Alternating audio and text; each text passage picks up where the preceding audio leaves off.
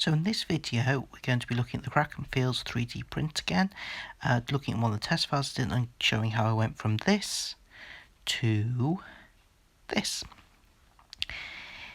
I wanted to do it as cheaply as possible and a hard-wearing decent game surface, and it all started here a few days ago now, about a week ago actually.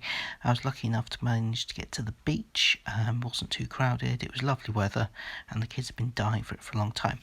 I managed to find a bucket of sand to bring home there, stuck it in the oven, and then a bit later I did the same thing with soil. So got those baked nice and hot, so I'm pretty sure there's nothing left in them. Basically the thing that took the longest was picking all the worms out of the soil.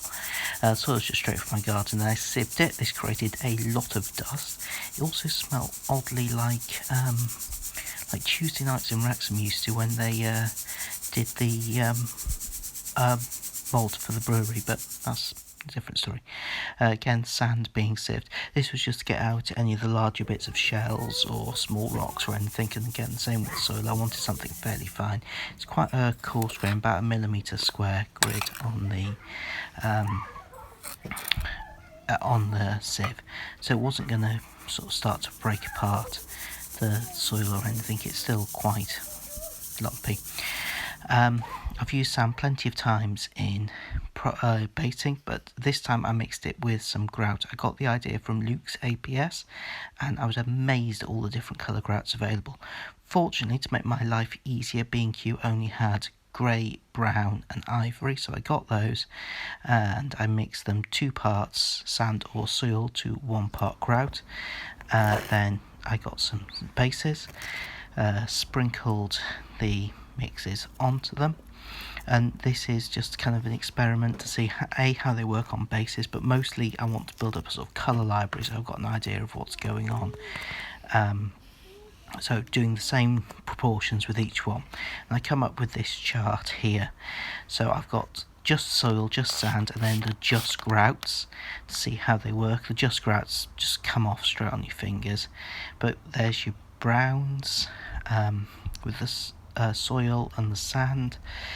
The soil doesn't fill in the gaps as much as the sand, so the sand and soil at the top, then the ivory, sand and soil, the brown, sand and soil, and the grey, sand and soil. So the sand and soils have different colours each, which is quite nice, so I get a range of different finishes and textures and colours with this. Then on to painting. This is the smashed up tile. I smashed it in one of my previous videos. You can check below to find links to that if you're particularly interested. I'm painting this outside, watching my daughter play in the sandpit. So picnic bench with a bit of tape on the table to act as a palette, and I didn't want to do a decent paint job on this, just get it done really quick as a sort of proof of concept. It's got a great big hammer hole smashed in the middle of it. It doesn't need to be neat. I've got a better test print tile that I'll do a slightly better print on. So dark brown first, then a dark grey for the rocks, lighter grey. I forgot to take a picture of the lighter grey, but that was on picking out some of the bits, details like the crosses, and dry brushed onto the rocks, and then the yellowy bone colour on top of the lighter grey for the skulls. Covered everything I wanted soily, covered in sand. Now this grout mix was half brown, half grey, and 2 teaspoons of soil to give the colour I wanted. Once that was on, sprayed it with watered down PVA, dried it, and that's kind of what I was left with. I'm really happy with this. It looks really good. It needs flocking, some grass to go on top of there to give it the kind of look I'm after, but I think as far as a muddy kind of texture goes, if the grass wears off, it's going to look perfect, just what I'm after. I'll do another video showing how hard wearing it is, and some more of my thoughts on everything. Anyway, thank you very much for watching. Any questions, any comments, just let me know and I'll get back to you.